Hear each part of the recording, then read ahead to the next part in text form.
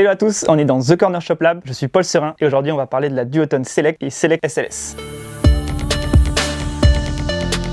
Quand on pense planche de freeride, on pense souvent à une planche un peu molle, plan-plan. J'ai été agréablement surpris par cette Select SLS et elle est vraiment au-dessus de tout ce que je pensais. On est sur une planche hyper confortable en termes de navigation. Elle passe vraiment dans tous les plans d'eau, que ce soit le clapot, même le gros clapot, elle va vraiment le passer hyper bien. On sent sous les pieds la board travailler. Cette Select, c'est un peu la révolution de la planche freeride. C'est vrai que pendant des années, la planche freeride, c'était celle trop souple. On savait pas trop comment la caser et personne n'en voulait trop parce qu'on avait toujours envie d'une planche qui avait quand même un peu de nervosité, un peu de caractère. Et Duotone a réussi avec cette Select à faire une planche de freeride avec du caractère. Donc j'ai vraiment été surpris par ses performances et son ressenti sur l'eau. Elle va vraiment passer partout. On est vraiment sur une planche hyper confortable qui va vraiment s'adapter à tous les riders, mais qui va quand même avoir ce petit peps, ce petit punch qui va donner envie de sauter, qui va donner envie de faire des figures. Je me suis jamais senti limité par la planche. Je suis jamais arrivé en limite de ses capacités ou de ce qu'elle pouvait vraiment donner. Vous ne serez pas du tout limité dans votre progression avec cette board. C'est d'une planche de freeride haut de gamme. Elle remplit parfaitement son programme. Je fais 70 kg, donc c'est vrai que j'avais l'impression d'être un peu le poids parfait pour cette board. Après, c'est vrai qu'avec ces planches relativement fines, on est un poids plus élevé, genre au-dessus de 85 kg. Je recommanderais peut-être de passer plutôt sur la Raimé, qui va être plus adaptée notamment en termes de construction et en termes de ressenti. La différence entre la Select et la Select SLS, c'est les boards qui sont